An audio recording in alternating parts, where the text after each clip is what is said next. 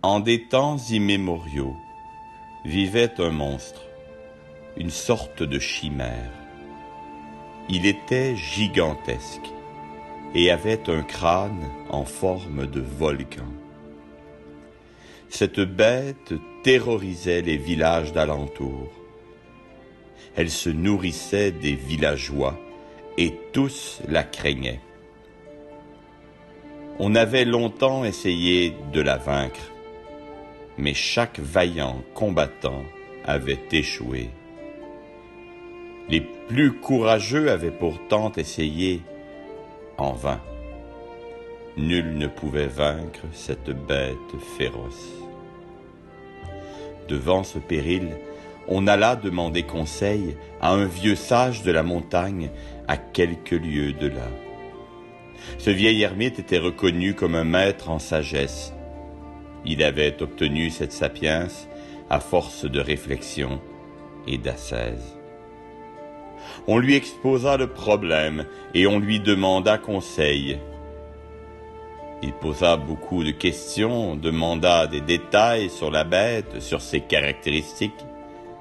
Il se renseigna aussi sur les combattants qui l'avaient terrassée, qui avaient tenté de la terrasser, sur leur tactique et sur leur échec. « Je vois, » répondit le maître, Dento.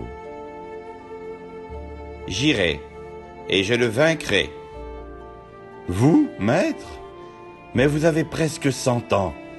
Vous ne pouvez presque pas marcher. »« Je vois, ai-je dit. J'irai, et je le vaincrai. »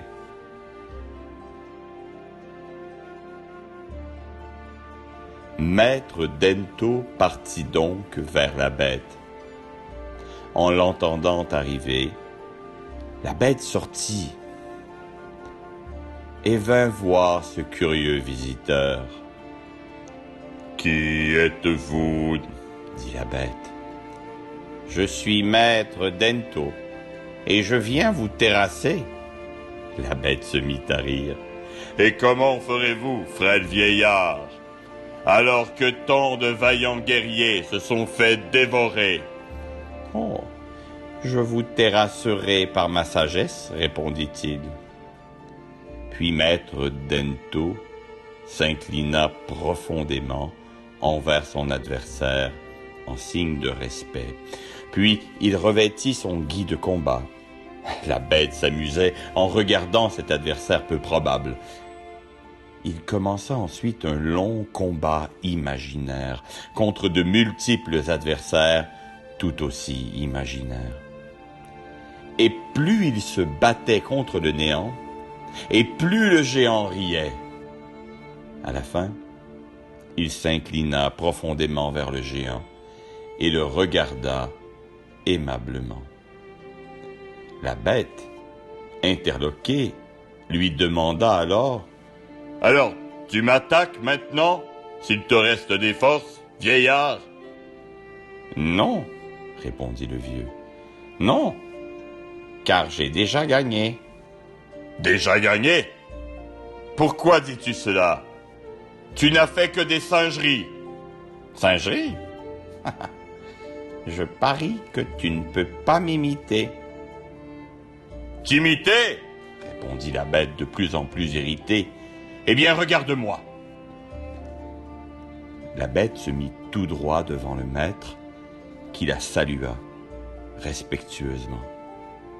La bête s'inclina alors, et tonnerre, surprise, s'écoula de son crâne un torrent furieux.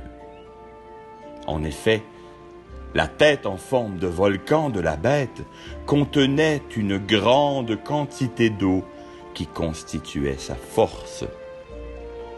En le forçant à s'incliner, l'eau jaillit de son crâne, ce qui tua la bête instantanément. Le maître avait vraiment gagné, mais non sans combattre, ni sans prendre de risques, puisque l'eau qui sortit en torrent du crâne de la bête emporta le vieillard, qui se noya. L'étendue d'eau qui fut créée par ce combat légendaire est à la source d'un fleuve, le Dento, qui signifie tradition. On peut encore le voir aujourd'hui.